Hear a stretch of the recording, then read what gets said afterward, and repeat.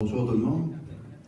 On va procéder à l'ouverture de l'Assemblée, 19h.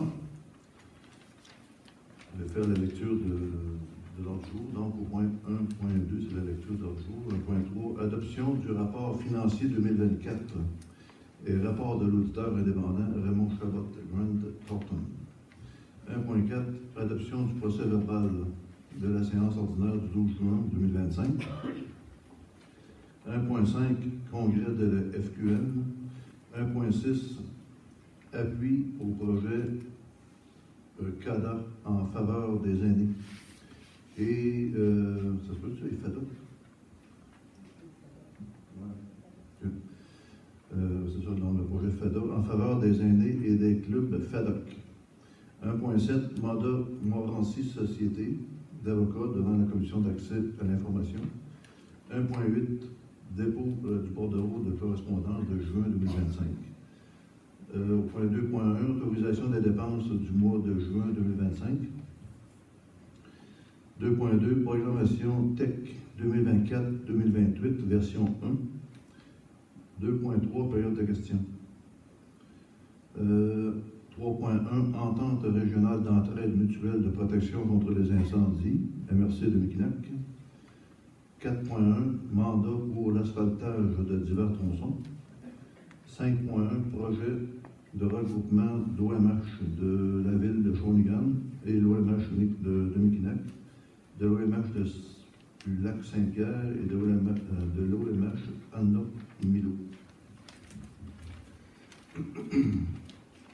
5.2, programme de soutien au transport adapté. Puis,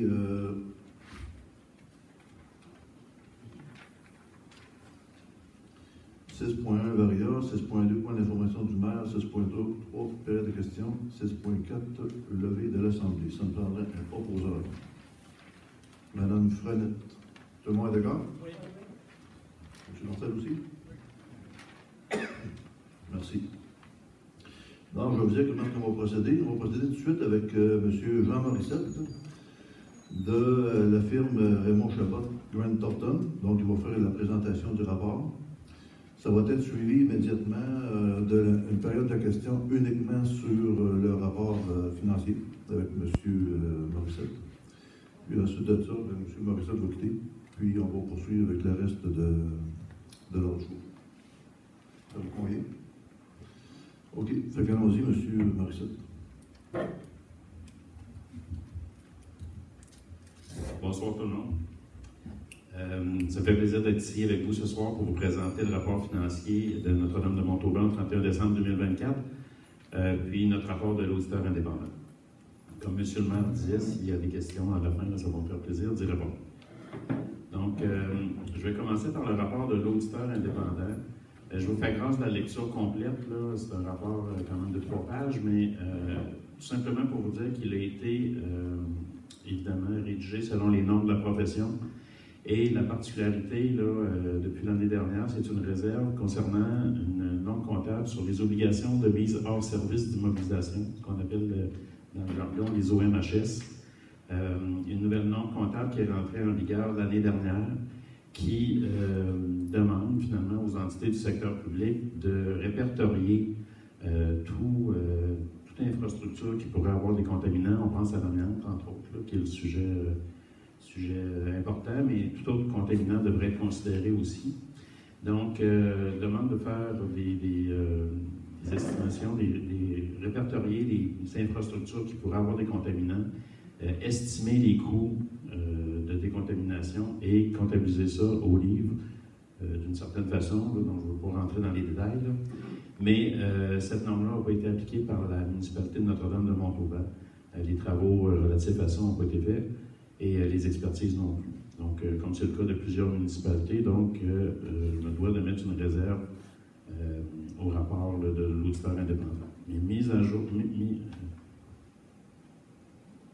excusez-moi, je cherche mes mots, mais mise à part, merci. Mise à part cet élément-là, je vous lis quand même la conclusion du rapport, c'est qu'à notre avis, à l'exception des incidences du problème décrit dans la section fondement de l'opinion avec réserve, que je viens de vous discuter, Les états financiers ci-joints donnent, dans tous leurs aspects significatifs, une image fidèle de la situation financière de la municipalité au 31 décembre 2024, ainsi que les résultats de ses activités, ses gains, ses pertes de réévaluation, la variation de ses actifs financiers nets et de sa dette nette, et de ses flux de trésorerie pour l'exercice terminé à cette date, conformément aux normes comptables canadiennes pour le secteur public. Aussi, je veux vous préciser, quand on parle d'un rapport financier consolidé, qu'est-ce que ça veut dire consolidé? C'est que dans le fond, c'est les chiffres de la municipalité, plus la quote-part des revenus et des dépenses, des actifs et des passifs de la Régie régionale de gestion de matières résiduelles de Portneuf, que j'appellerai la Régie, là, pour 1,3 %. Mais les chiffres que je vous présente ce soir, c'est les chiffres non consolidés, c'est-à-dire les chiffres de la municipalité en tant que tel. Ça va?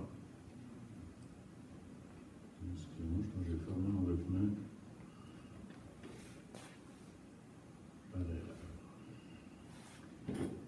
Donc, concernant l'excédent de l'exercice, ici, là, vous pouvez voir sur la ligne en orange l'excédent déficit de l'exercice. J'appellerais ça comptable, donc, selon la comptabilité que j'appellerais traditionnelle, un déficit de 419 000. Mais la particularité dans le domaine municipal, il faut ramener ça sur une base municipale, sur une base fiscale là, qui sert à établir la taxation, entre autres.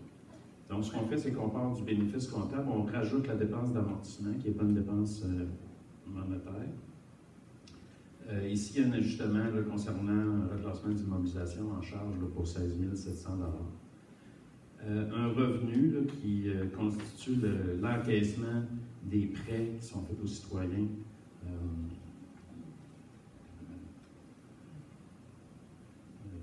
C'est ça, les prêts qui sont faits aux citoyens, donc le remboursement, la rentrée d'argent devient un revenu établi à des fins fiscales.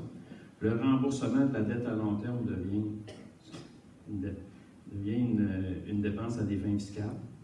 La municipalité a acquis des immobilisations pour 42 000 $ quand même son budget de fonctionnement. On va voir le détail tantôt.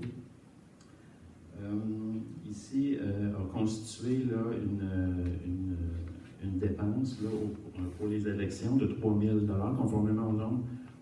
La municipalité doit passer à chaque année une dépense pour constituer une provision pour les coûts de la prochaine élection. Mais contre ça, là, il y a eu un revenu de constater, l'utilisation d'un revenu qui avait été mis dans une réserve là, pour 11 000 $. Et ici, il y a un revenu de 185 000 $ qui correspond au net entre les dépenses pour les pluies qui ont eu lieu en 2024, net d'une subvention. Donc, ce montant-là, à des fins fiscales, vu qu'il a fait l'objet d'un règlement d'emprunt, subséquemment, on le constate ici comme un revenu fiscal. Ce qui porte là, le déficit de fonctionnement à des fins fiscales à 42 000 $ si j'arrondis, qui correspond à peu près à 2 % du budget d'opération. C'est bien ça. Ici, vous avez là, la répartition des revenus sous forme graphique, là, ce qu'on appelle la table, mais on va voir ensemble, là, par nature de revenus, je vous présente une analyse là, entre le réel 2023, qui est en mauve foncé, le réel 2024 en mauve pâle, et le budget qui est en gris. Donc, au niveau des revenus de taxation, le réel a été de 2 382 000 en lien avec le budget. Et l'augmentation par rapport à l'année passée là, se situe au niveau, s'explique par l'augmentation des valeurs imposables pour 92 millions. Et par ailleurs, il y a une baisse de taux, donc l'impact net d'augmentation, c'est 300 000 $. Il y a eu la taxe pour le camping de 60 000 $, la taxe sur le service de la dette du terrain acquis d'Hydro-Québec pour 23 000 $ et des taxes aqueducs et déneigement de 3 000 $ pour 10 000 $ respectivement. Donc, ça explique l'augmentation par rapport à l'année passée. Au niveau des compensations tenant lieu de taxes, c'est comparable d'une année à l'autre et avec le budget. Au niveau des transferts, donc, c'est les subventions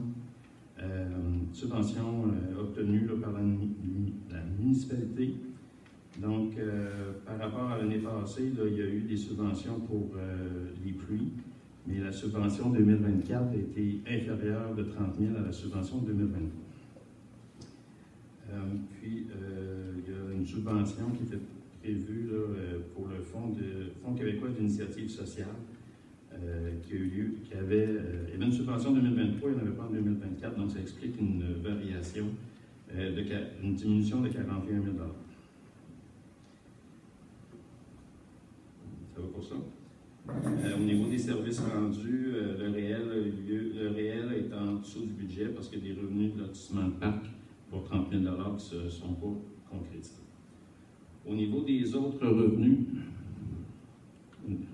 entendez-vous bien? Oui. OK. Au niveau des autres revenus, ils totalisent 223 800 $. Ils sont constitués d'impositions de droits pour 156 000 $, des amendes et pénalités pour 13 000 $, des revenus d'intérêt de 44 000 $ et des autres revenus là, divers de 11 000 $ pour un total de 224 000 $. L'augmentation par rapport à l'année passée s'explique par des droits de mutation de 60 000 $ de plus en 2024 qu'en 2023, des intérêts sur arrérage de taxes pour 17 000 $ de plus, délai de remboursement qui s'est allongé, puis le taux qui a été augmenté. Puis par rapport au budget, là, la différence s'explique principalement au niveau des droits de mutation qui avaient été budgétés de façon conservatrice, puis qui ont été 60 000 $ de plus, et même chose pour les intérêts pour 10 000 $.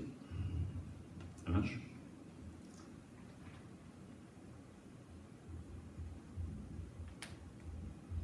Même chose au niveau des dépenses, là, vous avez la répartition sous forme de table, mais on va voir là, le graphique comparatif. Au niveau de l'administration générale, comparable à l'année dernière, et en lien avec le budget, donc je n'ai pas de commentaires additionnels. Même chose pour la sécurité publique au niveau de la police. Au niveau des incendies, là, les frais ont été supérieurs de 41 000 $ là, relativement à l'entente de la 6e. Il y a eu une rétro de 12 000 $ pour les années passées. Et aussi, là, à cause des pluies qui ont eu lieu en 2024, là, il y a eu des frais supplémentaires. Et ces frais-là étaient budgétés. Vous voyez que le réel est en lien avec le budget. Pour les autres dépenses de sécurité publique, c'est comparable.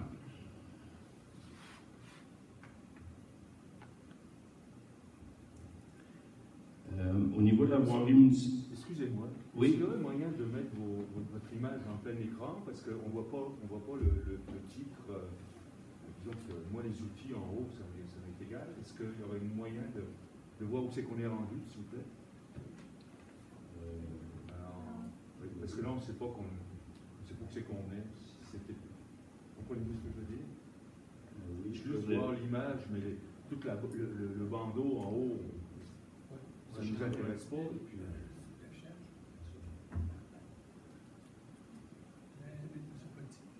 on ne sait pas le titre, on ne sait pas où on est rendu. Je ne sais pas si c'est possible. Hein? Oui, c'est parce que ce que je vois à mon écran, je constate là, que vous ne voyez pas tout à l'écran. Ah non, vous voyez. Le titre. OK. Oui, mais là, on ne voit pas les chiffres en bas. Oui, j'y travaille. Oui. Je vois affichage plein écran, ça existe sur votre application. Parce que je zoome. Option d'adaptation plein écran pour le Ouais. Ah, ici, excusez. Ici. Ah, merci beaucoup. merci. J'ai appris un truc que je vais le retenir. Donc, au niveau de la voirie municipale, les coûts, le réel s'établit à 679 000 $ versus l'année dernière à 641 000 et un budget de 435 000. À ce niveau-là, là, c'est vraiment au niveau des pluies. Les pluies 2024 ont engagé des coûts supérieurs aux pluies de 2023 de 98 000 $. Donc, autrement dit, le coût relatif aux pluies en 2024 était de 320 000 et en 2023, il était de 222 000.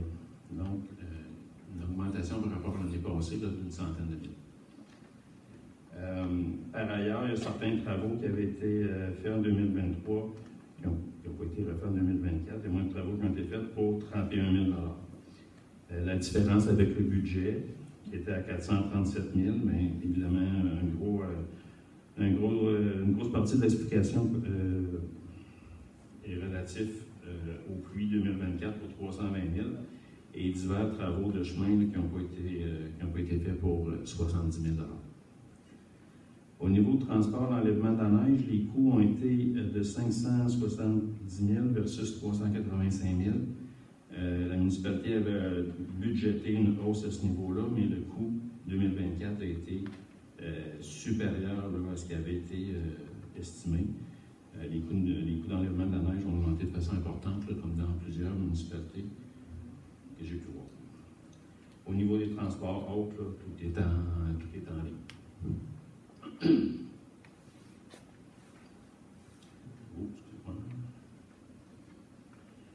Au niveau de l'hygiène du milieu, eau et égout, donc dépenses 2024 comparables à 2023, supérieur au budget, par exemple, de 25 000, là, un élément qui explique l'écart au niveau de remplacement de valves, si je me trompe pas, M. le maire, qui n'était pas prévu au budget. Donc, l'entretien à ce niveau-là. Au niveau des matières résiduelles, un réel de 180 000 versus 148 000 l'année précédente, en ligne avec le budget. L'augmentation découle d'une hausse de tarifs au niveau des matières résiduelles. Au niveau des autres dépenses hygiène du milieu, des montants moins importants qui sont en ligne avec le budget comparable à l'année dernière.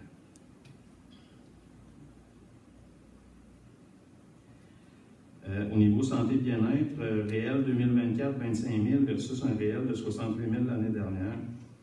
Tantôt, on voyait qu'il y avait une diminution pour le Fonds québécois Initiative sociale. Le I me manque toujours. Oui, efficace. Donc, on a vu que le revenu avait diminué, mais la dépense a diminué d'autant là, pour 29 000. Et les dépenses sont supérieures au budget là, parce qu'il y a eu entre autres une personne pour faire l'entretien ménager. Au niveau de l'aménagement urbanisme et développement, relativement en lien avec le budget comparable à l'année dernière. Au niveau loisirs et culture, là, les coûts sont quand même en lien avec le budget, mais augmentés par rapport à l'année passée. C'est dans le fond un reclassement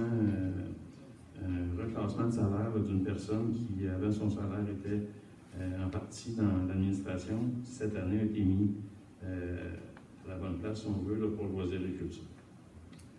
Au niveau des frais de financement, un réel de 97 000 versus 58 000 l'année dernière et 45 000 de budget. Il y a eu des intérêts sur un prêt temporaire de 627 000. Le prêt était de 627 000, les intérêts étaient sur ce prêt-là. Dans le fond, c'est un emprunt temporaire là, qui a été contracté en attente d'encaissement de la subvention TEC, puis de d'autres subventions. Et aussi le prêt pour acquérir le terrain d'Hydro-Québec avait été fait à la fin 2023. Donc en 2023, il n'y a pas de dépenses d'intérêt. En 2024, il y en a. Donc ça explique l'augmentation à ce niveau-là. Ça fonctionne? OK. Ça, c'était, j'ai le cas de le dire, c'était le fonctionnement. Maintenant,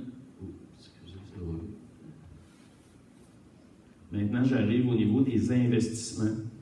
Donc, la municipalité, là, au niveau des investissements, a acquis des immobilisations pour 670 000 et a émis des prêts là, pour la mise aux normes de captation privée de 19 000 Les principaux projets d'immobilisation, principales acquisitions d'immobilisation, c'est entre autres le terrain d'Hydro-Québec pour 285 000 la réfection du ponceau de la traverse pour 164 000 traitement de surface chute du 8 pour 86 000 rechargement d'hiver de chemin 31 000 la station d'urgence véhicules tout genre, le BC Board, je pense que vous appelez, pour 14 000 le terrain de la fabrique pour 17 000 et le remplacement d'un moteur d'un camion pour 19 000 Ça, c'est les acquisitions d'immobilisation. Elles ont été financées. Comment ces acquisitions-là par subvention, entre autres la TEC pour 102 000, 55 000 du MTQ, PAVL là, pour la voirie locale, 34 000, et le fonds de parc pour 20 000 comme je disais tantôt, on voyait tantôt là, dans les activités de fonctionnement qu'il y avait eu des immobilisations acquises en même le budget de fonctionnement pour 42 000. Vous le voyez ici.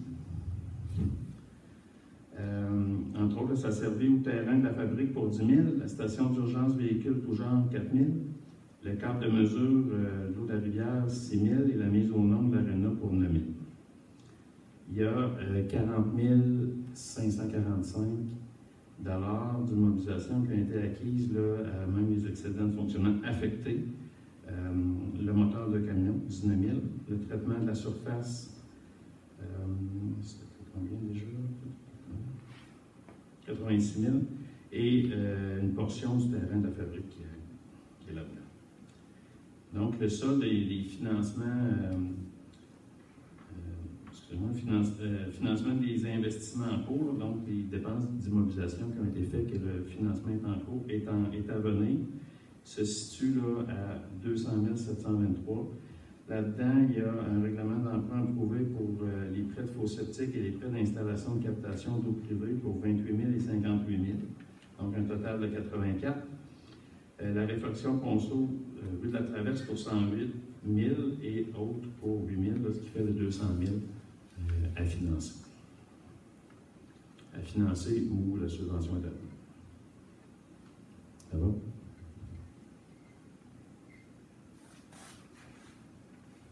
Donc, ici, je vous présente l'état de la situation financière, donc la photo là, au 31 décembre. Donc, les excédents totaux de la municipalité sont 4 804 000 versus 5 millions l'année dernière. Il y a un excédent de fonctionnement non affecté négatif de 28 000 $.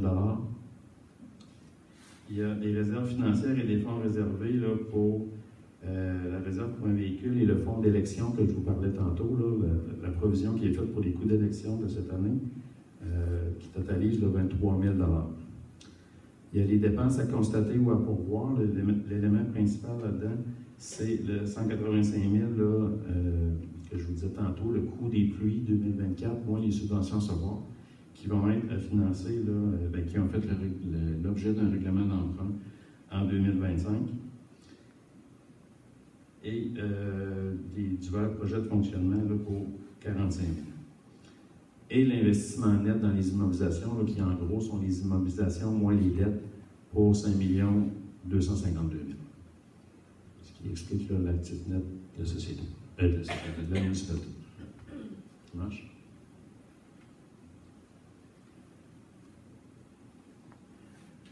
Vous avez dans les acétates suivants la répartition là, des actifs financiers de la société. Donc, vous voyez là, la portion subvention à recevoir Québec, subvention à recevoir du Canada, les prêts à recevoir, les taxes municipales à recevoir de 335 000.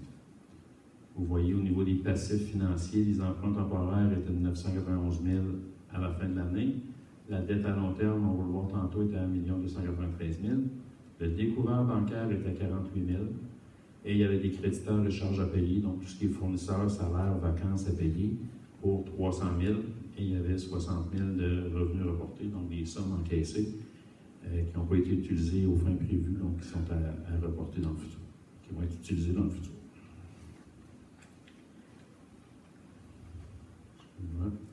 Ce qui m'amène à vous présenter l'endettement total net à long terme, donc qui se situe à 1 500 000 versus 1 196 000.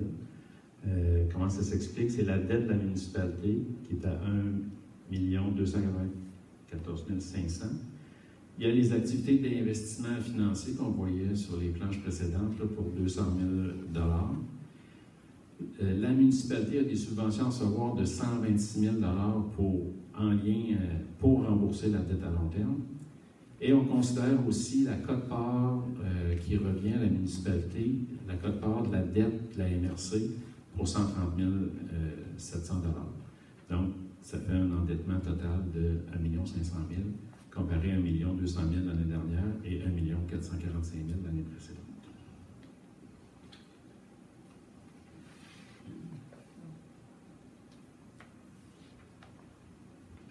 Ça fait le tour de mes commentaires. Je ne sais pas s'il y a des ajouts. Le taux d'endettement par 100 d'évaluation, l'année dernière, il était à 72 cents. Comparé là, à, si on regarde à la MRC, les municipalités de la MRC, 1,27 $. La région administrative est à 2,52 et 54, puis tout le Québec à 1,78. La municipalité était à 0,72 l'année dernière.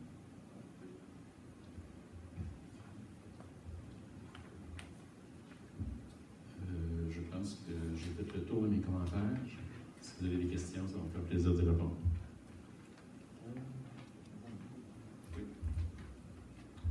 C'est ça, donc, si vous avez des questions, présentez-vous au micro. Dites votre nom et posez votre question. Bonjour, Jeannette Morin. J'aimerais savoir si on va avoir une copie de votre présentation. Est-ce qu'on a accès à ça? Est-ce qu'on a droit à avoir une copie de ça, nous? Vous allez la poster? Oui, en fait, il va être, j'ai pris une note ici, là, ça va être déposé sur notre site. Parfait. Web. Ça, fait que Notre-Dame-de-Montauban.com. Oui, puis vous allez la trouver en faisant la recherche. Là. Oui, dans la prochaine semaine, 2 semaines, 1 mois? Ça devrait être rapide. Parfait, merci. Ouais. Merci. On a le rapport financier complet et la présentation graphique. Parfait, merci beaucoup. C'est apprécié. Lionel Bonhomet. Est-ce que ça marche, ce micro? Allô, allô? Ah, là, ouais. il marche. Lionel Bonhomet. Donc, la présentation va être disponible, mais les chiffres, quand est-ce qu'on va les avoir? Tous les chiffres, le rapport, pas le rapport financier, mais les états financiers. Bien, le rapport financier, c'est lui qui est ici. Lui, il va être déposé. Puis, vous allez avoir aussi la présentation graphique. Donc, il n'y a plus d'autres choses que ça. Toutes les choses sont là.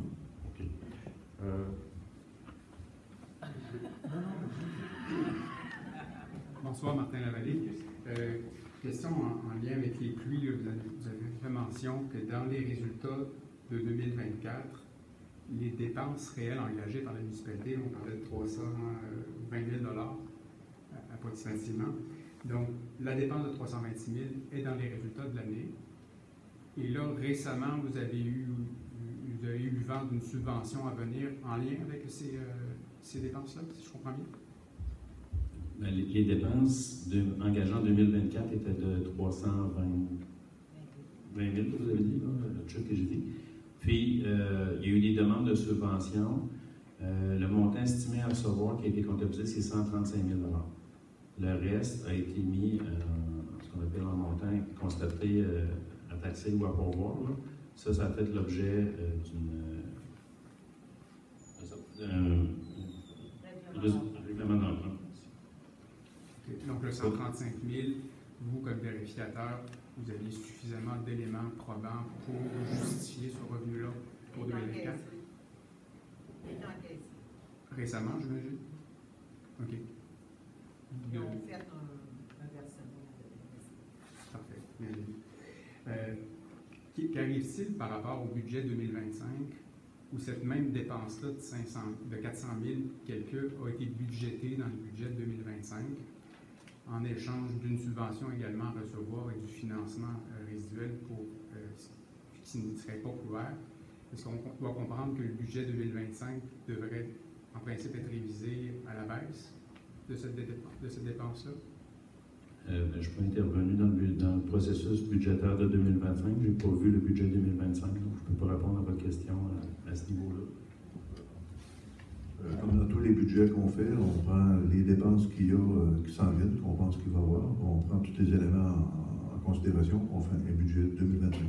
Quand ça va être le temps de faire le budget 2025, cet automne, Les gens qui vont être là en place vont prendre en considération tous les éléments qui sont disponibles, les informations qui sont disponibles pour construire le budget 2025. D'accord.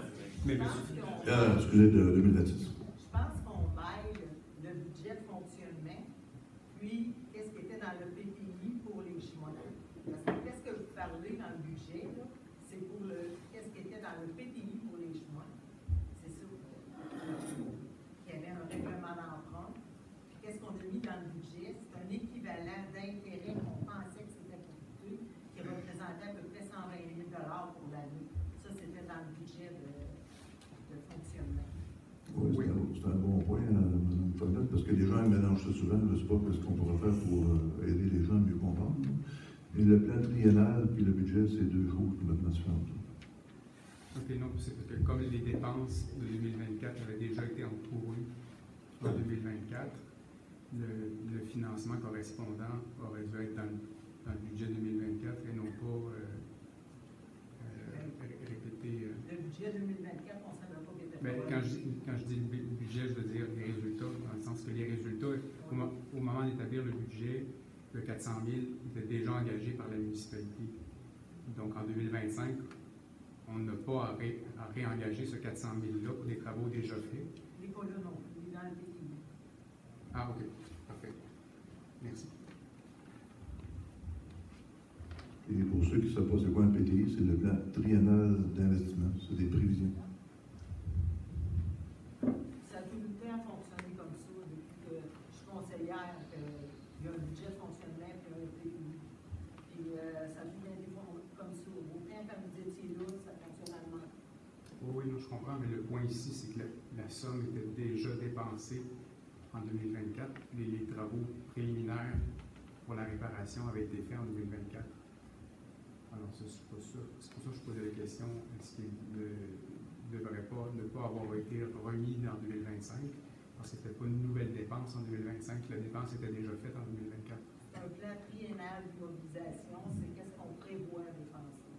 Donc, vous prévoyez dépenser, vous aviez prévu dépenser 400 000 $ de plus pour la mise aux normes temporaires. C'est un montant de 3 millions qui était. Oui, mais c'est ça, parce que le 3,2 millions était dans le règlement d'emprunt adopté en octobre 2024. Et dans ce 3,2 millions-là, il y avait déjà un 400 000 de prévu dans la possibilité d'emprunter sur des dépenses qui avaient déjà été engagées par la Je ne municipalité. me souviens pas exactement comment il était, s'il était soustrait ou s'il était dedans, mais c'est un PTI, c'est un plan triennal d'immobilisation. Il n'y a pas de taxation des gens là, basé là-dessus. Non, c'est ça, c'est une planification. C'est un peu comme un couple qui veut aller faire un voyage de pêche, puis ça va coûter, mettons, 5 000 $. Puis ils décident finalement qu'ils n'ont pas 5 000, ils vont aller à la pêche dans le Vatican, ça va coûter 15 $. Fait que c'est à peu près ça.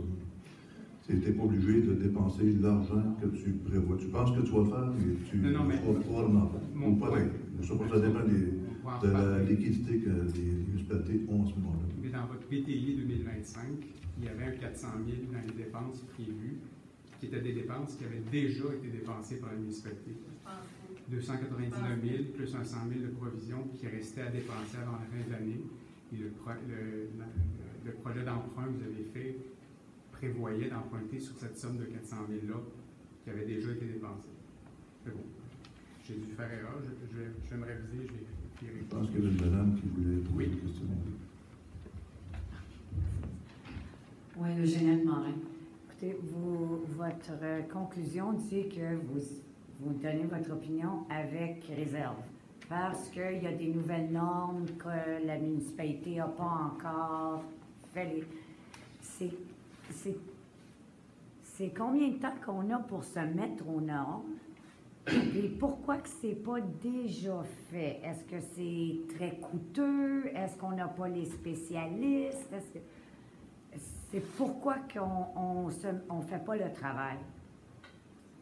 Bien, je vais répondre de façon générale. Je ne vais pas parler pour Notre-Dame de Montauban, mais plusieurs municipalités n'ont pas fait les travaux parce qu'effectivement, c'est très dispendieux. OK. Il y a des expertises d'ingénieurs qui sont requises. Et on parle de...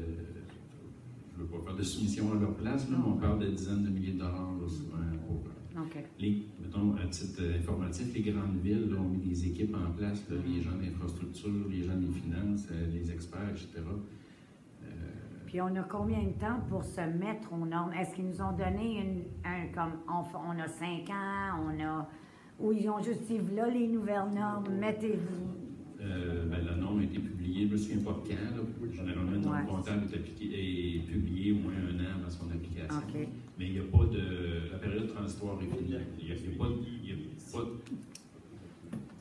n'y a pas de date d'application. OK. Ça revient à la municipalité d'évaluer les coûts et les avantages de l'appliquer. OK, parfait, merci. Juste pour ajouter, l'époque de Mme Bonin, pour ceux qui se rappellent de Mme Bonin, je vais en parler toujours avec elle, là, de ça. Là. Puis ça prenait une équipe assez costaude pour faire ça, c'est assez compliqué. Okay. Et en plus, ça coûtait pas mal d'argent, ça fait qu'on a mis ça sur le back burner. Merci. Oui, ça, on a eu ça dans les chemins. Ouais. OK, parfait, merci.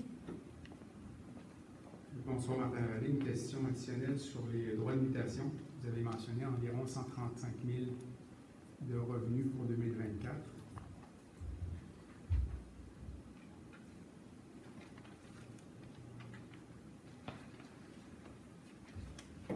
Est-ce que ces 135 000-là, c'est sur la base d'exercice ou de caisse?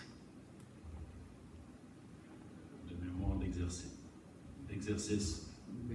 Donc, s'il y avait des remboursements connus avant la fin de l'exercice, ils ont été retranchés en conséquence ou on devrait les retrouver dans le prochain exercice? Les remboursements, si un trop perçu avait été perçu par la municipalité alors qu'elle devait rembourser le citoyen en conséquence. Prenons l'exemple, s'il y a un 12 000 qui a été prélevé en trop durant l'année, puis le citoyen fait savoir à la municipalité au mois d'octobre qu'il était en droit de recevoir cette somme-là, en principe, il devrait déjà être inclus net dans les droits de mutation de l'année. Oui, dans le cadre de nos travaux, on regarde là, les montants de contestation qui sont en vigueur et la municipalité établit une provision à cet effet-là. D'accord, merci. Je ne me souviens pas par cœur s'il y en a une de comptabiliser pour Montauban, mais dans nos procédures, on vérifie ça. Parfait, merci. Lionel Bonhomet. Donc, les taxes de mutation étaient en hausse, si j'ai bien compris.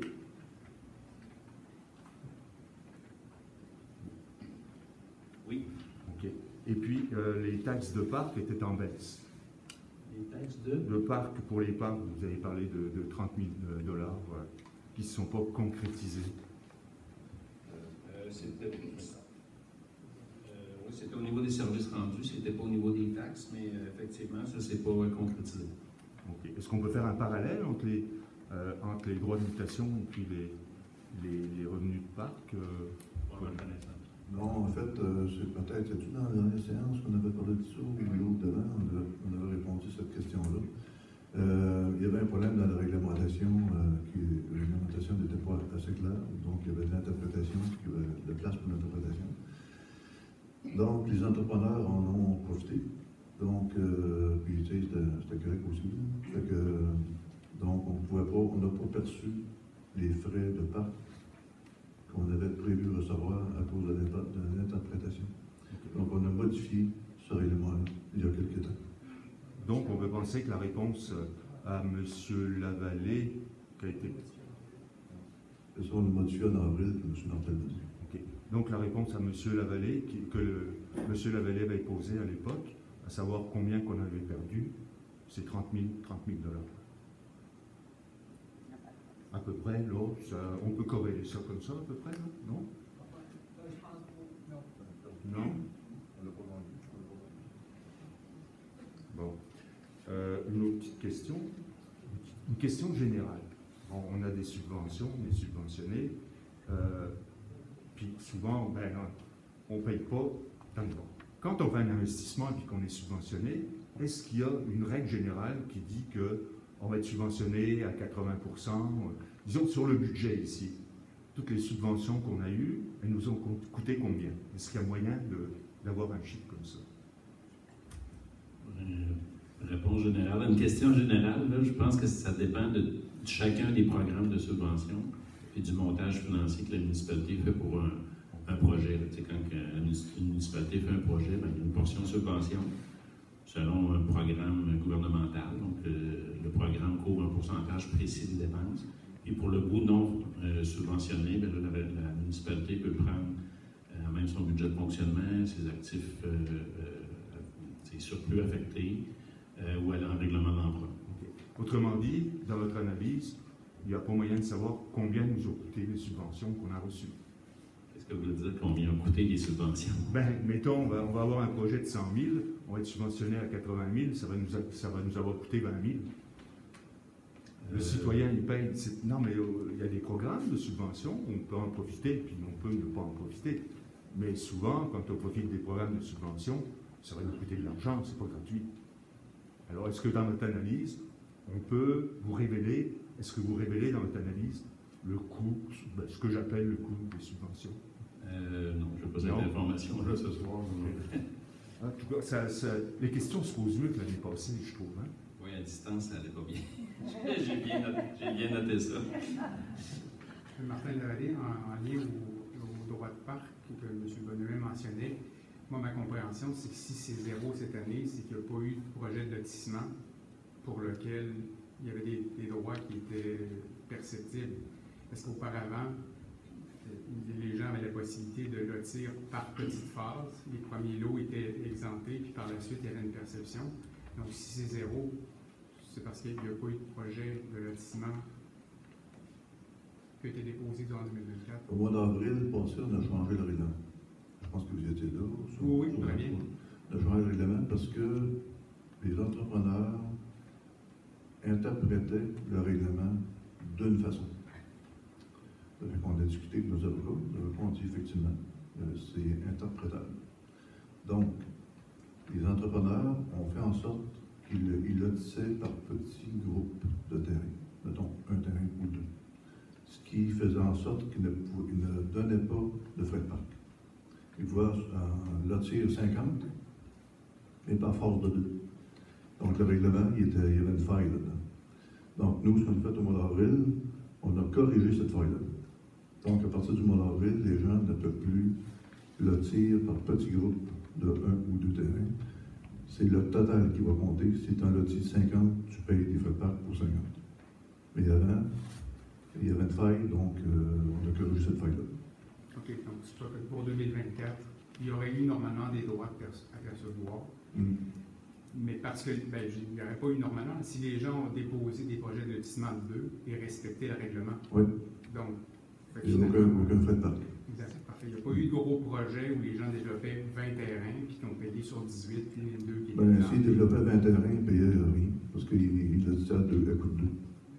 OK, non, c'est les précédents. Tandis qu'aujourd'hui, ils peuvent lotir à coût de 2, mais ça va s'additionner. Donc, le règlement est fait pour ça. Okay. Ça va s'additionner, donc si on lotit même, il va payer pour 1.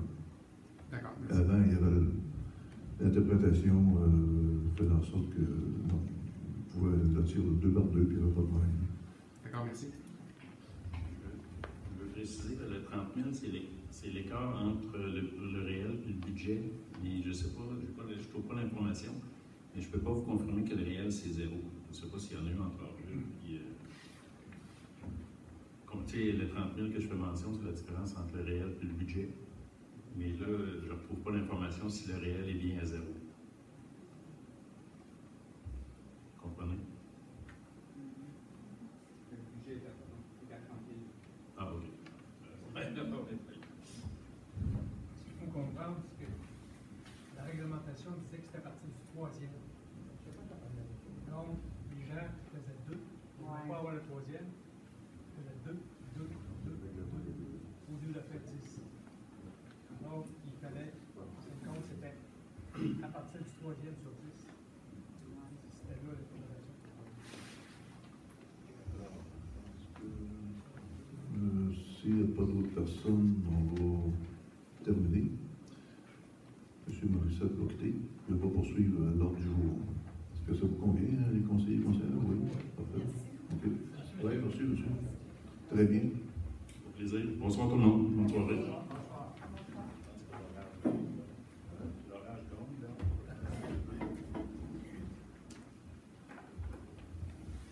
Dépêchez-vous avant que les chemins...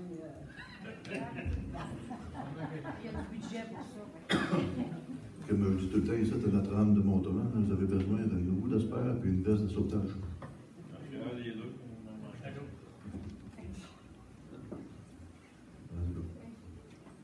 OK. Fait qu'on poursuit. On est mieux pour l'exemple. Comment? On est mieux pour l'exemple. Oui. Oui, effectivement. Bonsoir.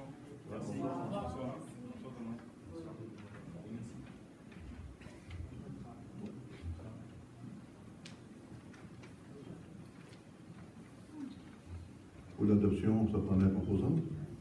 Monsieur Lagagnère. Juste un dépôt. Oui. Bon.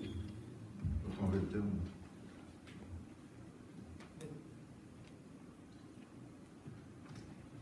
Et encore une fois, le rapport complet va être sur le site web aussitôt possible, plus la présentation technique.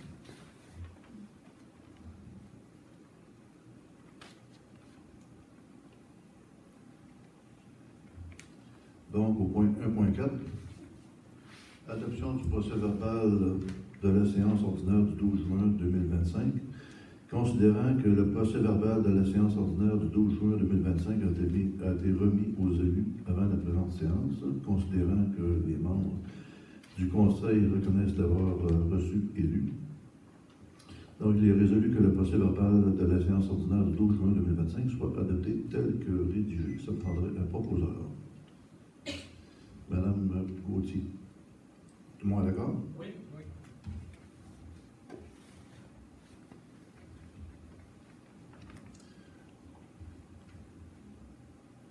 Congrès de la FQM. Considérant que le congrès de la FQM se tiendra du 25 au 27 septembre 2025, il est résolu d'autoriser M. Marcel Picard, maire, au congrès de la FQM. Donc, ça me prendrait un proposeur. Monsieur Lagagnère. Est-ce que tout le monde est d'accord? Oui. Oui. En passant, juste un détail, c'est que c'est payé entièrement par la MRC de Méquinac. 1.6. Appui au projet. C'est FADOC. CADA? OK, CADA. En faveur des aînés et des clubs FADOC. Considérant que la municipalité de Notre-Dame-de-Beaudeval souhaite exprimer son appui officiel au projet déposé dans le cadre de la démarche Québec Amis des aînés, ayant pour objectif de renforcer la participation sociale et citoyenne des aînés et de soutenir activement les clubs FADOC de notre territoire, considérant que les clubs sont des piliers de la vie communautaire, considérant qu'ils permettent aux aînés de tisser des liens sociaux, de rester actifs et de contribuer à la vitalité locale, considérant que les tâches administratives qui leur sont imposées mettent en péril leur mission, considérant que l'ajout d'une ressource de soutien permettrait d'assurer la continuité de leur action et de favoriser la diversification, considérant ce projet s'inscrit dans la volonté de notre municipalité de répondre concrètement aux besoins de sa population aînée en soutenant les organismes qui œuvrent quotidiennement pour améliorer leur qualité de vie. Donc, il est résolu que Notre-Dame-de-Beaudeval soutient cette initiative et souhaite vivement sa réalisation. Donc, ça me prendra un proposeur. M. Martel, tout le monde est d'accord? Oui. Merci.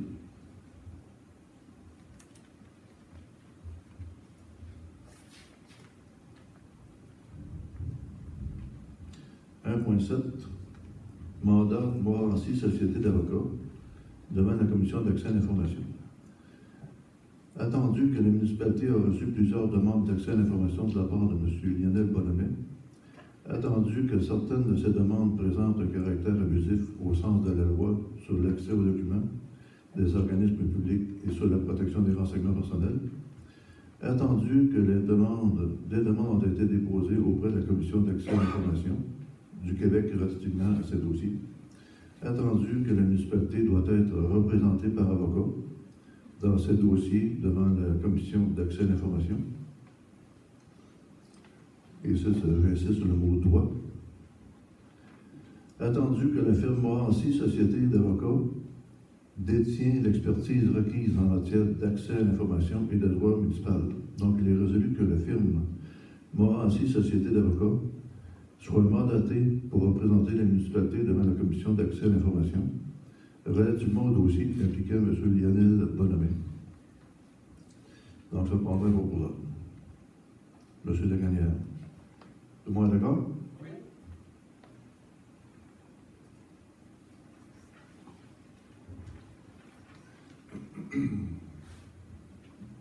1.8. Dépôt du porte-de-route de correspondance de juin 2025. Je vais vous en faire la lecture.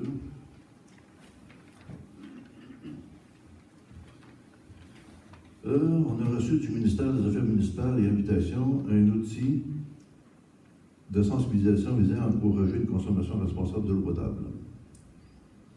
La MRC de Mekinac, ils ont une pratique de soccer interculturelle et un tournoi amical opposant la MRC de Mekinac et celle des Chenaux.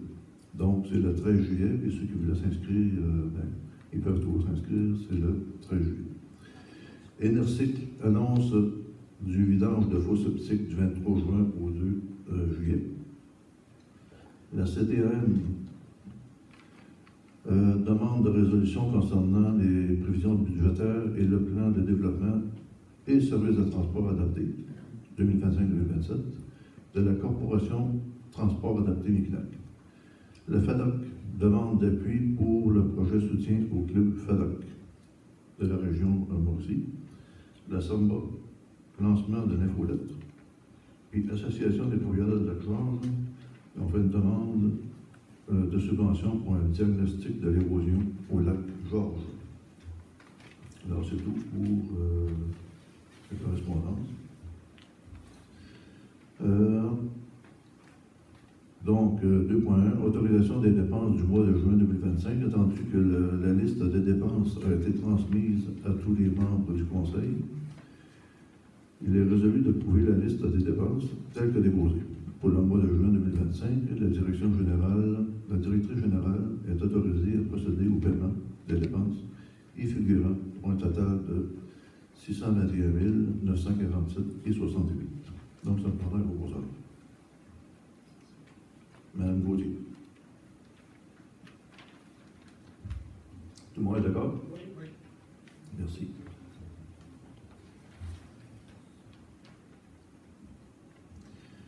Programmation TEC 2024-2028, version 1. Attendu que la municipalité a pris connaissance du guide relatif aux modalités de versement de la contribution gouvernementale dans le cadre du programme de transfert pour les infrastructures d'eau et collectives du Québec pour les années 2024-2028, attendu que la municipalité doit respecter les modalités de ce guide qui s'applique à elle pour recevoir la contribution gouvernementale qui lui a été confirmée dans une lettre de la ministre des Affaires municipales de l'Habitation et de l'Habitation.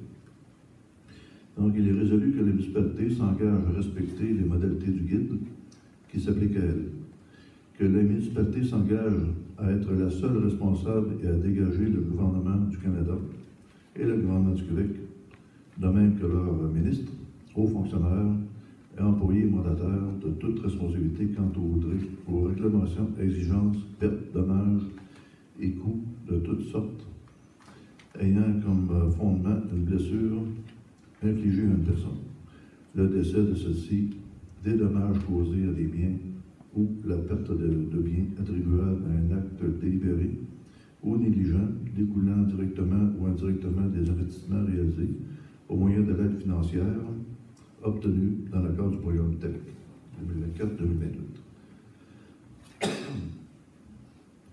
Que les municipalités approuvent le contenu et autorisent l'envoi au ministère des Affaires municipales et de l'occupation du territoire et de la programmation de travaux, version 1, ci-jointe, et de tous les autres documents exigés par le ministère en vue de recevoir la contribution gouvernementale, qui lui a été confirmée dans une lettre de la ministre des Affaires municipales et de l'Habitation.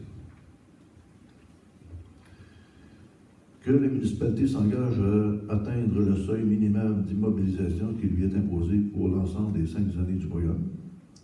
Que la municipalité s'engage à informer le ministère des Affaires municipales et de l'Habitation de toute modification qui sera apportée à la programmation de travaux approuvés par la présente résolution. Que la municipalité atteste par la présente résolution que la programmation de travaux version numéro 1 ci-jointe comporte des coûts réalisés véridiques et reflète les prévisions de coûts des travaux admissibles. Donc, ça prendrait un proposeur. Madame Frenette. Tout le monde est d'accord? Oui. M. Mortel aussi? Oui. Merci. Donc, il y aurait une période de questions de 15 minutes. Donc, encore une fois, présentez-vous au micro. Puis, dites votre nom et posez votre question. Bonsoir, Denise Drolet. Je voulais juste demander à Mme Lagagnère si c'est possible de déplacer la caméra ici pour qu'on voit tous les membres en avant, parce qu'elle avait été placée en fonction du tableau. Merci.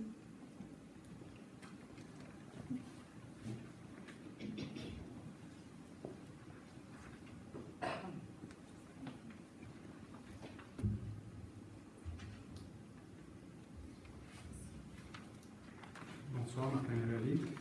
Monsieur le maire, dans les dépenses préautorisées, il y a un montant de 249 000 j'imagine, un remboursement prêt temporaire en lien avec les frais d'élu. Ah, OK, c'est une question. Oui. Madame Lagagnère. Suite à la réception des subventions dont on parlait tantôt. Parfait, merci. Merci, monsieur. Serge Daraspe. Oui. Votre tournée. Oui. Élie Consultant, 10 271 et 81. C'est quoi ça? C'est quoi cette dépense? Élie Consultant? Oui. OK. Madame Lagagnère, tu as fouillé dans tes livres? C'est beaucoup le système informatique. OK. Une résolution. Je crois que c'est à la dernière annonce de l'autre. On a fait une résolution? Oui. Oui. Puis c'est pour améliorer le système informatique. C'est bien. Au niveau de la sécurité, je pense. C'est bien. C'est la gestion de Oui. La gestion de documents. Oui, c'est ça. Une résolution qui avait passé là-dessus. MRC Pékinac, 162 188. On peut savoir de quoi il s'agit. C'est des codes-parts, c'est quoi? Il y a des vidanges de fausses pour 114 000. Il y a des codes-parts. Pas mal. Je veux savoir aussi une autre dépense, excavation d'autobahn, 23 169. Est-ce que c'est sur des chemins de responsabilité municipale? Oui, et sur quel chemin? Je pense que c'est un grélage, c'est-tu? Un grélage? Là, tu regardes? On va regarder les factures. Je viens de savoir dans quel chemin que ça a été. C'est des chemins de Oh, oui, responsabilité c'est des chemins municipaux. Oui, oui. C'est bien.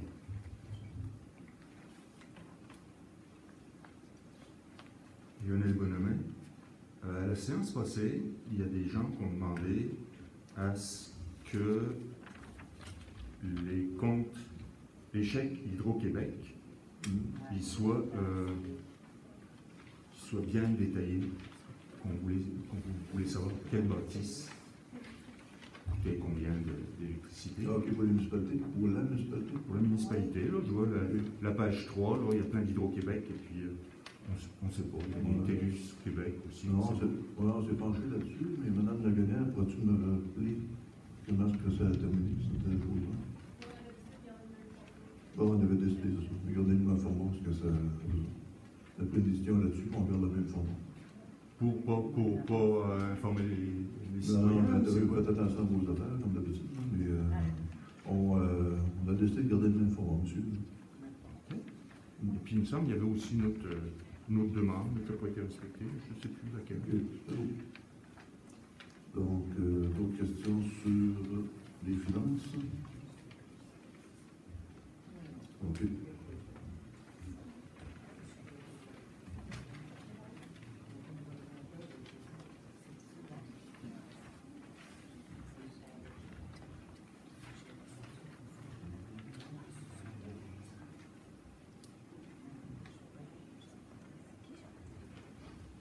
OK. Donc,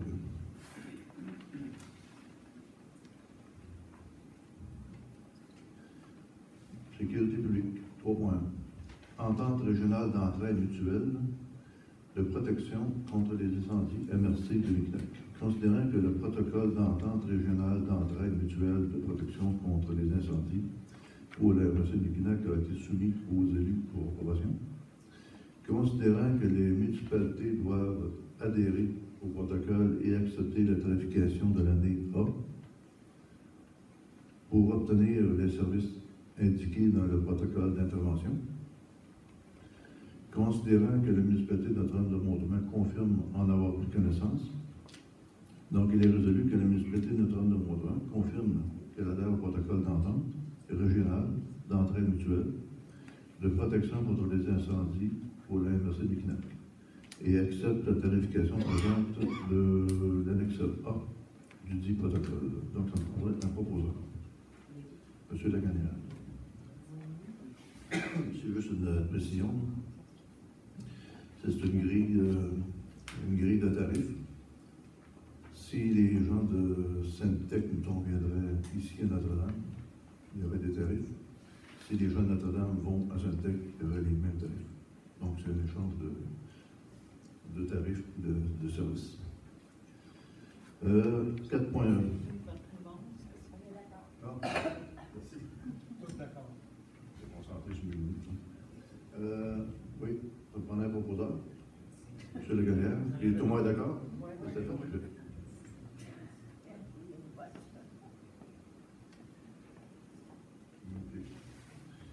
Donc, mandat pour l'asphaltage de divers tronçons. Considérant que la municipalité de Notre-Dame-de-Montrement désire procéder à des travaux de réparation de pavage sur divers segments, il est résolu que la municipalité de Notre-Dame-de-Montrement octroie le mandat à Asphalte Saint-Uval pour les travaux de réparation de pavage de divers segments sur son territoire. Ce mandat sera réalisé au coût de 15 995 $, taxe en su, tel que décrit sur la soumission en date du 7 juillet 2025. Donc, ça me prend un proposé. Madame Gauthier. Tout le monde est d'accord? Oui. Merci.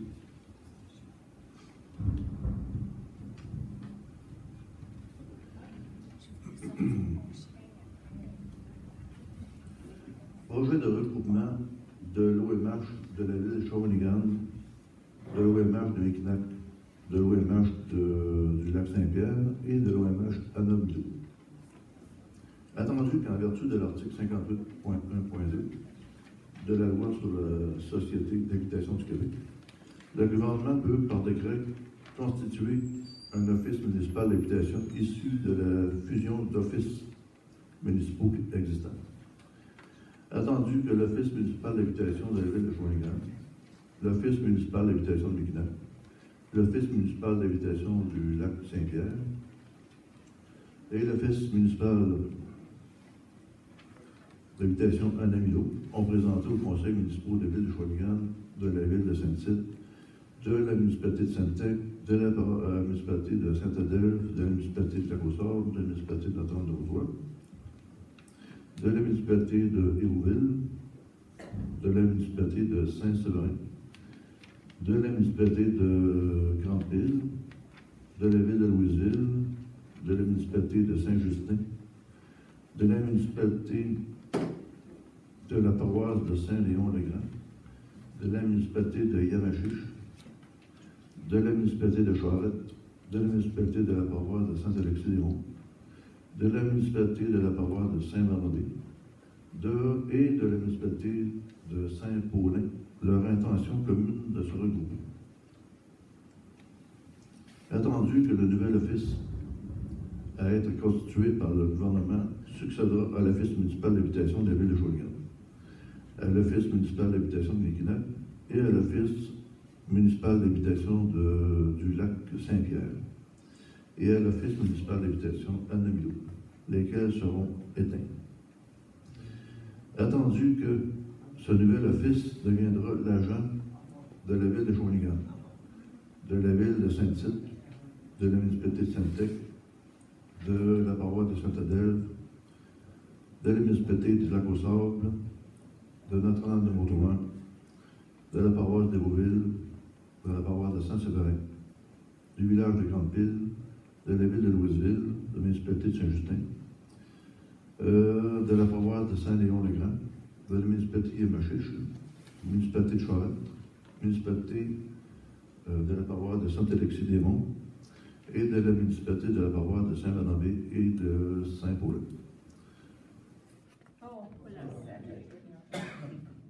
Génératrice.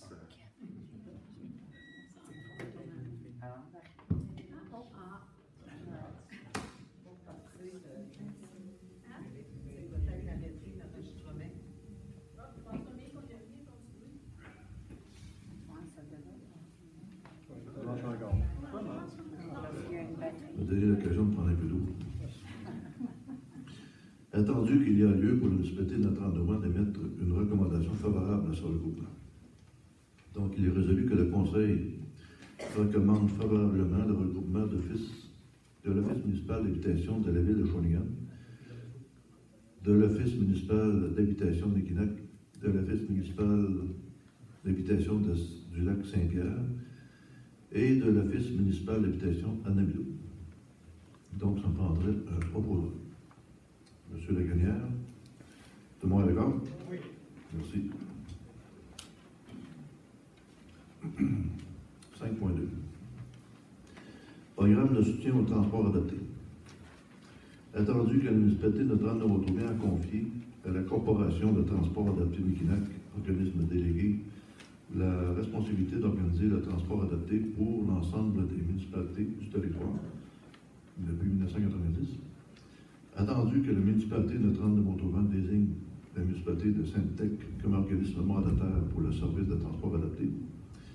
Attendu que la municipalité de Notre-Dame-de-Montauban a adopté la grille tarifaire pour les années 25, 26 et 2027 du plan de développement des services 2025-2027. Attendu que la municipalité de Notre-Dame-de-Montauban a adopté les prévisions budgétaires pour les années 25, 26 et 2027. Attendu que la municipalité de Notre-Dame-de-Montauban a adopté un plan de transport et de développement des services en transport adapté pour les années 2025, 2026, 2027. Attendu que la municipalité de Notre-Dame-de-Montauban a indiqué ses intentions quant au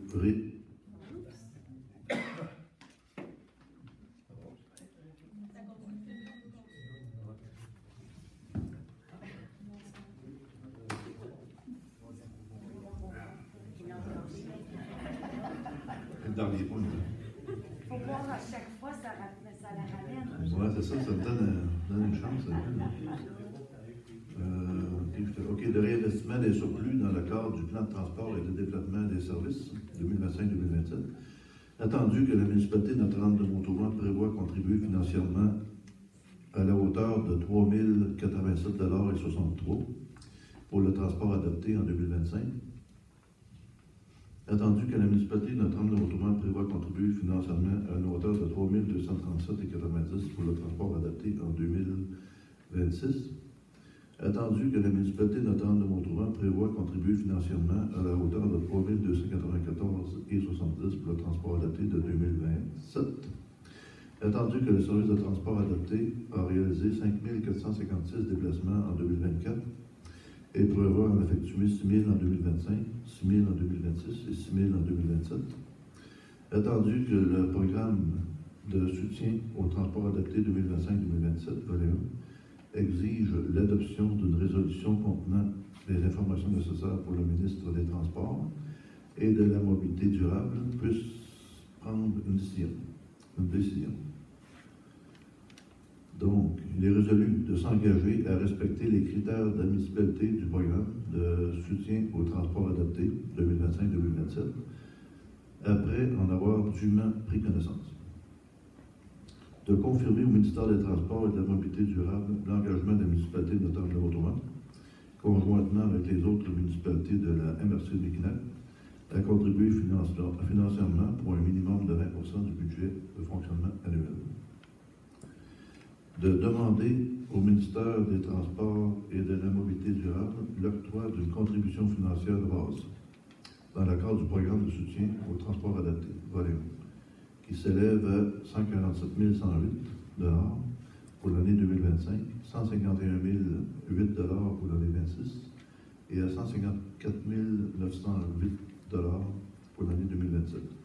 D'ajouter à cette subvention de base une allocation spécifique pour les déplacements hors territoire et pour les longues courses le cas échéant. D'autoriser la directrice générale adjointe et greffière trésorière adjointe de la municipalité de Notre-Dame de Montauban à signer tout document nécessaire pour donner plein effet à la présente résolution. De transmettre une copie de la présente résolution au ministère des Transports et de la Mobilité durable. Donc, ça me prendra un proposeur. Monsieur Lagagnan. Tout le monde est d'accord? Oui. OK. Donc, autre sujet, il n'y en a pas, rien non plus. Peut-être le mot du maire, j'ai quelques petites choses à dire.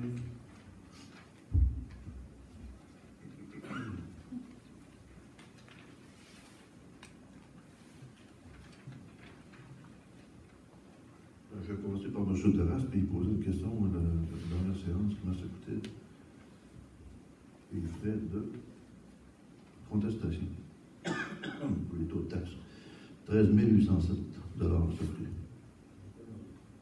Pas vous qui avez demandé ça? OK. OK. Je pensais que c'était vous. OK. En tout cas, ça a coûté 13 807 $. Deuxième affaire, tantôt on parlait du déneigement qui coûtait extrêmement cher. Je veux juste préciser que M. Carrier ne fait pas exception. Partout au Québec, c'est comme ça. Il y a un taux qui est standard. Donc, ceux qui pensent que ça coûte extrêmement cher avec M. Carrier, c'est non. Il y en a que ça coûte plus cher, d'autres moins, mais c'est un taux qui est comparable. J'en profite aussi pour lancer un appel à ceux qui voudraient se doter d'un compteur d'eau, parce qu'il nous en manque quelques-uns. Oui, il nous en manque, Nancy? 9. Fait que ceux qui veulent ou qui connaissent des gens qui pourraient être intéressés au compteur d'eau, ben, venez après la séance pour voir Mme Lagagnan. Ça ne coûte rien, c'est gratis.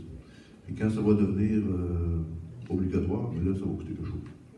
Fait que profitez du fait que ça ne coûte rien aujourd'hui. J'en profite, juste un message général pour ce qu'on a rencontré des associations de lacs, là, puis je le rappelle, laver les embarcations pour éviter d'avoir des espèces qui arrivent d'ailleurs. Donc, si vous avez des amis, les vacances s'en viennent. Là. Si vous avez des amis qui arrivent avec des kayaks, n'importe quoi, là, pensez à faire nettoyer ces embarcations-là pour se ramasser avec des aspects qui ne sont pas indigènes. La sécurité nautique, évidemment, c'est que notre Notre-Dame de Montauban, on a eu plusieurs morts, je me souviens plus comment on a eu. Au moins 3 faciles, c'est pas 4, ça, qui sont morts récemment, là, dans les 5 ou 6 dernières années. Ça fait qu'il faut toujours faire attention. J'en profite aussi pour ceux qui ont des maisons sur le bord des lacs. Là, il faut restaurer les berges que vous avez jusqu'au 31 septembre. Je rappelle, on a rencontré des associations. Je rappelle la méthode. On les a classés, l'inspecteur les a classés en 3 couleurs. Les mauves, les jaunes, les verts. Les verts, il n'y a rien à faire. C'est beau. Les jaunes, il y a quelques petites choses à faire. Et les mauves, c'est les plus importants. C'est les autres qui détruisent le plus de lacs. Fait que l'inspecteur va s'occuper des mauves en premier. Puis, c'est ça. Donc, il va faire une nouvelle inspection bientôt. Il va faire un autre à l'automne. Puis après ça, ils vont rencontrer des mauves, des gens qui sont mauves encore, ceux qui n'ont pas planté rien. On va les discuter avec eux autres. Puis les jaunes, par la suite, qui vont plus de temps. Donc, c'est pas mal ça. Fait qu'allons-y pour la période de questions. Puis, encore une fois, on se présente au micro. On dit son nom, pose sa question. On reste courtois, poli, avec les élus, les autres citoyens dans la salle. Serge Lerasme, Randoulé.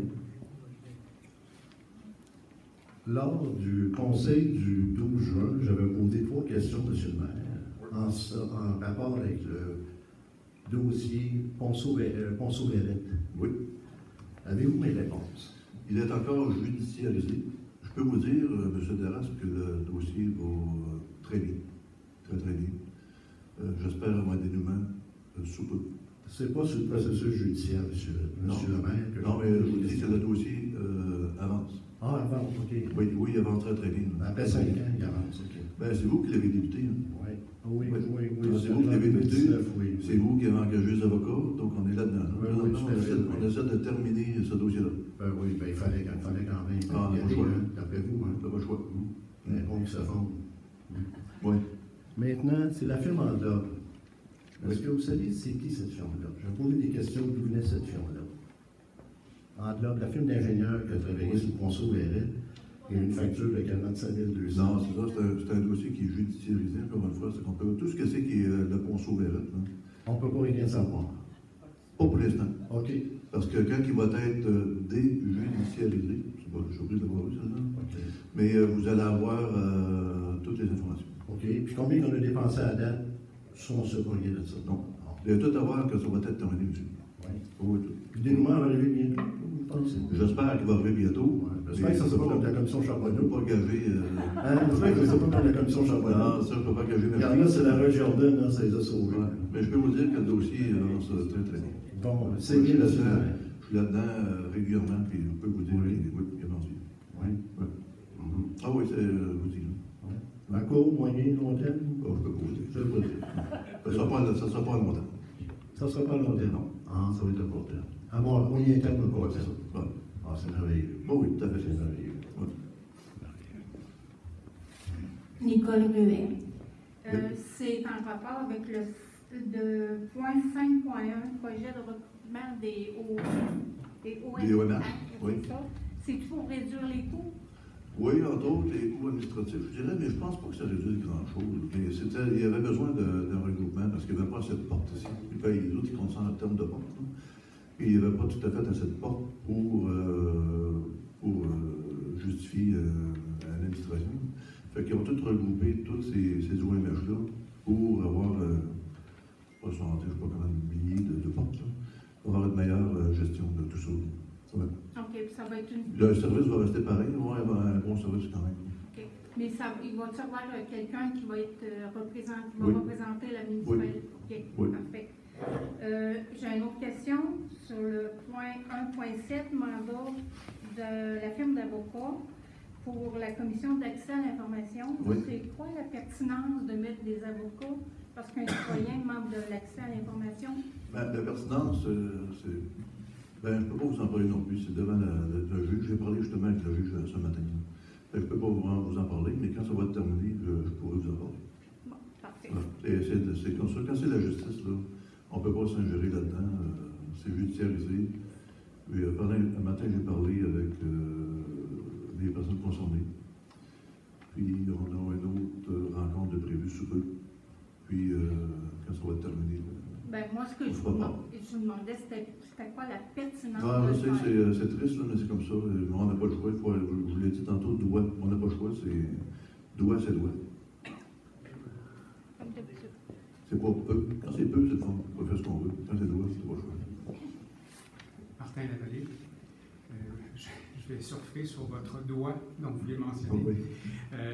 Lors de la séance, je lui ai demandé pourquoi on n'avait pas encore nommé un nouveau membre sur le Le CCI. jour d'environnement. Ouais.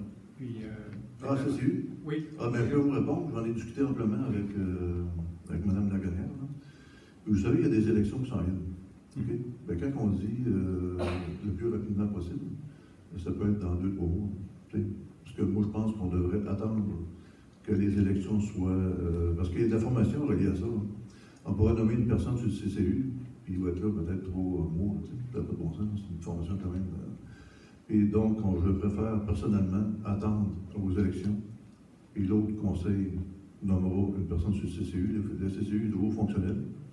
Présentement, il manque un membre, mais on peut étudier et prendre des décisions quand même. Oui, donc et je ne vais autant pas engager des dépenses qui pourraient être en bout de ligne pour juste 3 mois. Parfait, non, c'est 3 mois. Ça fait déjà 3 mois qu'il est Oui, vacant. je sais. Puis le règlement dit doit. Oui. J'aurais une question que je pourrais adresser à Mme Frenette directement en lien avec le dossier des pluies, puisque tantôt elle avait quelques réponses à ce sujet, vous me permettez? Mme Frenette, est-ce que vous... Oui, le monsieur le vérificateur tantôt a mentionné là, que sur les dépenses de 320 000, il y a 135 000 de subventions qui ont été obtenues, c'est environ 42 %. Est-ce que je dois comprendre qu'à ce stade-ci, la totalité des frais pour les dépenses des pluies avait été soumise au ministère? Là, on parlait d'à peu près 414 000 de dépenses qui avaient été encourues. Non, ils ne sont pas tous encourus. Il reste l'asphaltage à faire, il reste des consos à faire. Ils ne sont pas encore. Le dossier est toujours actif. Le ministère nous a donné un montant actuellement, mais il y a encore des choses à l'étude. Ça bouge encore. OK, donc c'est pour Oui, ça. on est en contact avec le ministère régulièrement. Ça peut peut-être une fois ou deux par semaine. C'est pour ça qu'on n'active pas encore le règlement d'emprunt pour transférer du prêt temporaire vers le prêt à long terme. D'accord, merci. Bonjour, Jeannette Morin. Écoutez, je ne vous vois pas. OK, comme ça, c'est correct. Excuse, je ne suis pas grande. J'ai une question un peu niaiseuse. Merci. Oui, parfait, OK. comme ça. J'ai une question un peu niaiseuse. Moi, je passe régulièrement devant la mairie. Oui. Puis, je vais voir les petits papiers que vous mettez là. Oui, dans le babillard. Oui, puis à part un qui est daté du mois de juillet, tous les autres sont datés du mois de mars et avant. Donc, depuis que Mme Vadeboncoeur est partie en maternité, vous avez mis aucune nouvelle chose. Donc, pourquoi? En fait, quand on place un document dans le babillard, c'est une obligation souvent des régions ou de la loi, qu'on a l'obligation de faire. Donc, si vous voyez juste un document, ça veut dire qu'il y a juste un document qu'on avait l'obligation de le placer. Donc, vous ne l'utilisez pas pour informer les gens, vous l'utilisez juste pour suivre la loi. Oui, pour suivre la loi. Puis là, la loi, depuis le mois de mars, ça ne s'est pas appliqué à aucune de vos décisions. Mme Lagonière, pourrais-tu répondre? Non, c'est juste qu'avec Mme Boivin, avec Mme Vadeboncoeur, il y en avait, ça suivait, là. Mais tout d'un coup, au mois de mars, ça s'est arrêté. Peut-être qu'il y avait plus de dossiers à ce moment-là. OK. Je posais la question, je vous disais, c'était niaiseux. Non, je mais suis curieuse. pour informer les gens, c'est surtout notre site web, la page Facebook aussi. OK, parfait. Merci. Et aussi, vous pouvez venir au bureau poser des questions. Oui, c'est ça. Merci. Lionel Bonhomet, point 1.7. Ce matin, nous étions en vidéoconférence avec la juge de la commission d'accès à l'information et il y avait aussi l'avocate, votre avocate, la procureure de la municipalité. Donc, est-ce qu'on peut penser que l'avocate a agi sans mandat ce matin, vu que la résolution n'était pas prise ce soir? Monsieur, comme je l'ai dit tantôt, c'est judiciarisé. Moi, je ne parle pas de ce dossier-ci. Alors, pour l'information des gens, l'année passée, le maire s'est... je pense que si vous voulez informer les gens, après, oui, d'accord, vous informerez les gens. Bon, alors, pourquoi une résolution alors que l'an passé, il y a Montmorency, avocat, qui a agi dans le même cadre de la commission d'accès à l'information? Il n'y a pas eu de résolution. Pourquoi une résolution cette année? Parce que c'est obligé, on n'a pas le choix, il faut avoir une résolution. La firme a voulu qu'on mandate cette firme-là, parce que là, c'est pas juste un dossier, M. Bonhomet. Vous savez combien de dossiers qu'il y a? Il y a plusieurs dossiers. Parlez-en pas trop, hein? Je ne parle pas de... Non, c'est ça. Je ne parle pas de... Parce que vous en avez parlé, vous avez ouvert la porte. Là. Il y a plusieurs dossiers. Donc, là, pour répondre à votre question, notre avocat, la firme Morancy, a dit « j'aimerais avoir une résolution ». Parce que dans l'autre cas qu'il y a eu, l'avocat ne l'a pas demandé. L'an passé, donc, là, il l'a demandé. Donc, mais c'était la même firme. Je ne sais pas. Oui, je vous garantis. Et puis, vous parliez d'expérience. Quelle expérience? De l'expérience de la firme d'avocats Morancy. Qui parle de ça? Vous en avez parlé. J'ai noté expérience, oui, dans votre résolution. Une grosse firme. Oui, une grosse firme, c'est ça. Ça ne l'a pas empêché de perdre l'année passée. Alors, je suis sûr qu'on a perdu. Là, vous avez vraiment une mauvaise mémoire. Hein. Bon, en tout cas. Alors, je vais laisser la place au suivant. Mais pour venir, M. Bonhomet, avec mon temps pas parlé. Voilà. Martin Lavallée, peut-être faire du pouce sur le dossier de Madame, son nom m'échappe, là, Madame à l'avant. Dans le fond, les avis publics, je sais que c'est obligatoire de les afficher sur le Babillard, mais il y a quand même eu 2 avis publics depuis le mois de mars, entre autres le dépôt des états financiers de ce soir, la révision du schéma d'aménagement, donc c'est peut-être des documents qui pourraient être affichés sur.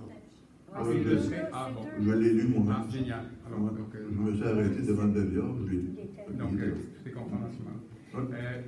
Une question par rapport au terrain numéro lot 5 724 849, évidemment, vous ne saurez pas spécifiquement sur lequel, sur le chemin des Balades ou la Carillon, ce qui appartient à la municipalité. Oui. En tout cas, je sais qu'on a un terrain, mais je ne sais pas c'est quoi le numéro. Oui, ben, c'est celui-là. Ben, en fait, on a 2 terrains. Pour le Carillon, on a 2 terrains. OK. Ben, celui qui a la descente, le quai. Oui, c'est ça. Oui, bon. Je sais quel. Oui. Alors, celui-là, ben, j'ai cru comprendre qu'il y avait une valeur de 178 500, ce terrain-là. Alors, ma question, est-ce que ce ne serait pas pertinent de peut-être éventuellement le mettre en vente? Ben, je me suis posé la question, M. Lavallée. Je me suis posé la question, puis en fait, je me suis répondu assez rapidement quand j'ai pris mon auto du Lac des Pins pour venir ici à la mairie. J'écoutais Radio-Canada, puis vous êtes probablement très au courant de ça. Au Québec, présentement, il y a un gros dossier qui s'appelle l'accès au lac. Oui, puis je me suis dit, ben, on ne peut pas faire ça, c'est impossible. Ce qu'on va prévoir lorsqu'on va avoir de l'argent, OK, que l'on n'en a pas, j'aimerais développer ce terrain-là pour que les gens de la municipalité de Notre-Dame de Montauban puissent aller se baigner au lac Carillon, parce que c'est vraiment une très belle place. Et tout en sort, c'est vraiment très haut. Puis, donc, les gens pourront avoir accès. Puis, on a un autre accès aussi de l'autre côté. Donc, c'est hors de la question de vendre un terrain pour que le lac Carillon ne soit plus accessible aux citoyens. Ce ne serait pas correct de faire ça.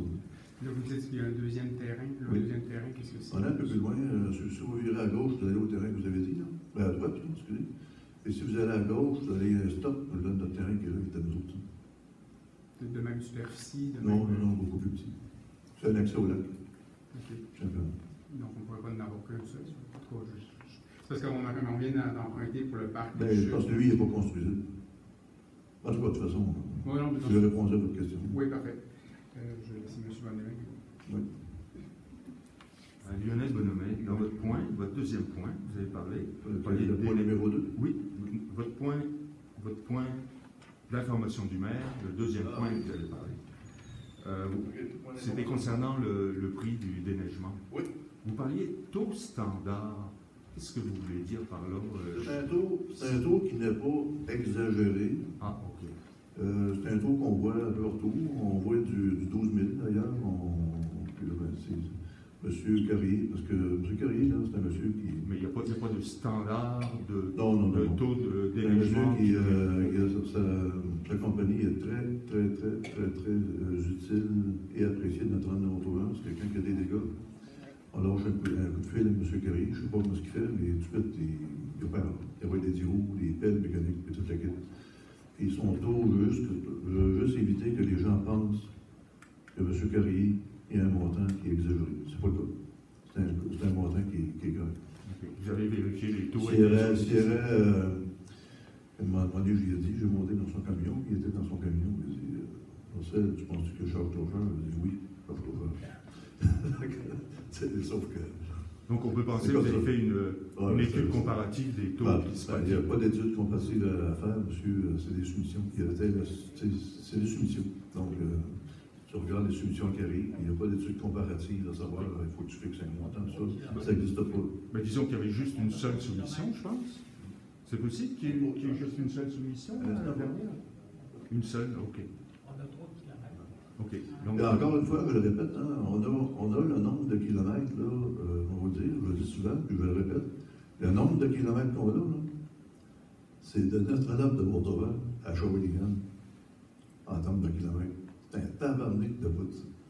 Après ça, on dit là-bas, il faut que tu reviennes. Ça fait que il y a du kilomètre. Donc, comme vous parliez de comparer les soumissions, C'était les années précédentes. On parle des soumissions.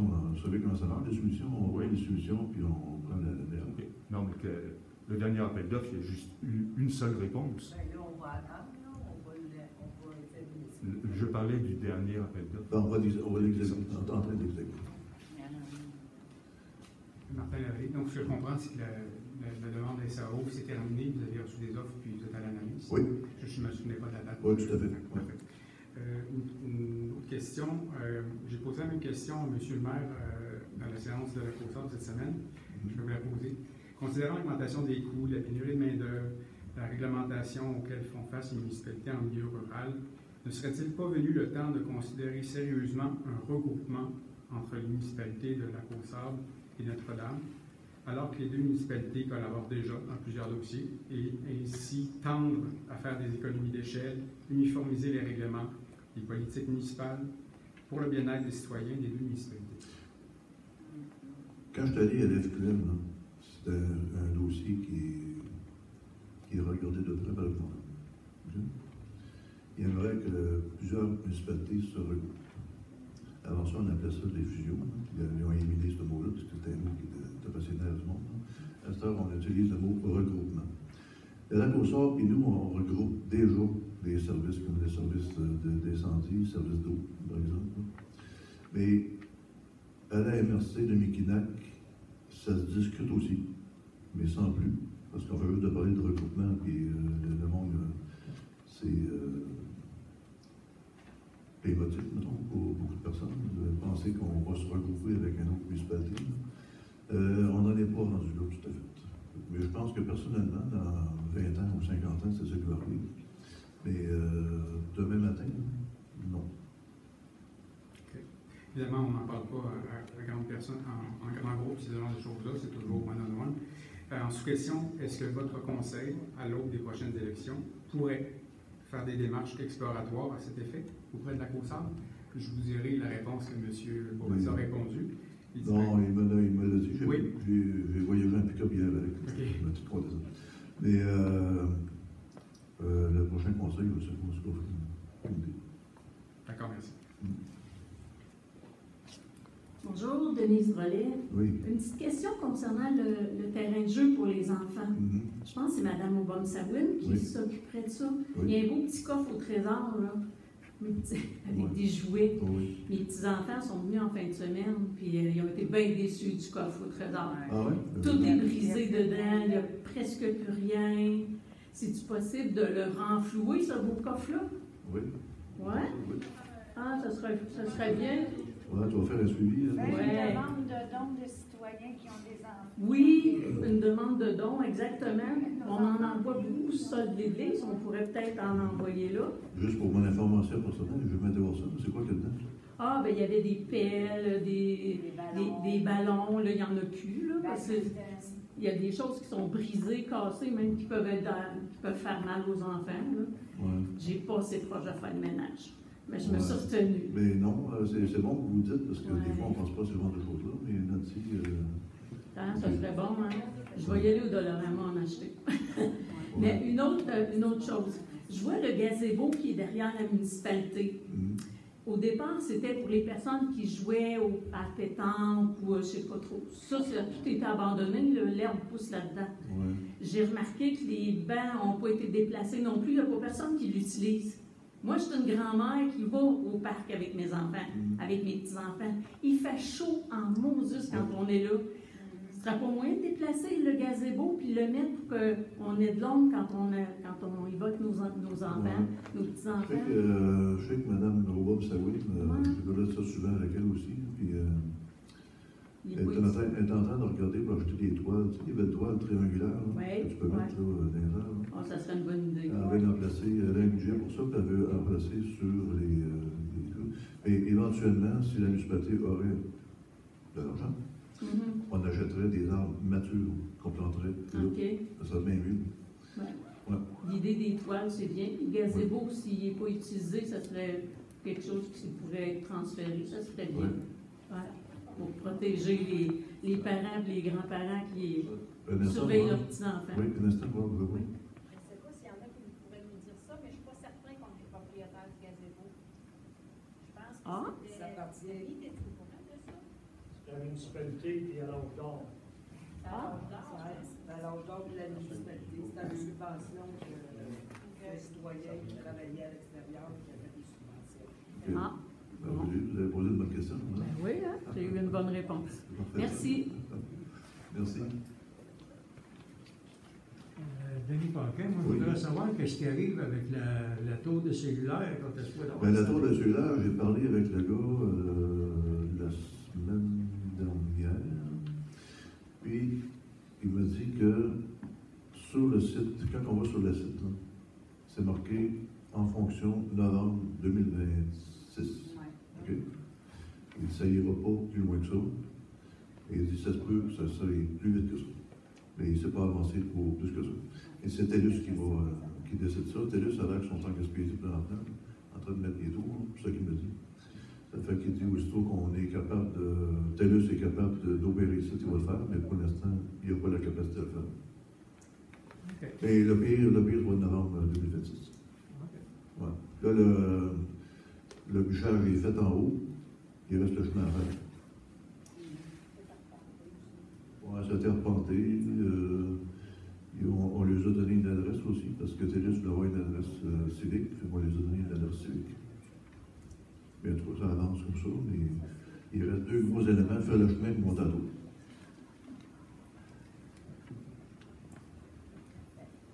Guy Moras. Oui. Dans l'éveil, c'est marqué un achat de l'équipement informatique pour le 6e. C'est marqué Oui. 328 000. C'est une erreur ou. Non, 328 000. C'est ça qui était marqué dans l'éveil. 328 485. Informatique, tu sais? Un système informatique que vous avez ajouté avec le 6e. C'est plus 3 200. C'était une erreur. C'était des tablettes. C'était une erreur. C'était en bas de 10 000 €, c'est une erreur. C'est bon. C'est bon, oui. Il me semble que qu'au 1000, c'était pas ce montant-là, puis là, 328 000 dans l'éveil. Tout un système informatique. Et la chape de poule un peu. Non, mais merci. Peux-tu, si les gens se posent la question, sûrement que les gens se posent la question. Ça fait que la réponse est donnée. Ouais. Bon, mais c'est bien. Ça a l'air pas être beau en tout dehors. Fait que ça me prendra pas pour l'heure pour lever l'Assemblée. Madame Frenette. Tout le monde est d'accord? Oui. Merci. Bonne soirée à tout le monde. Puis, faites attention à ça.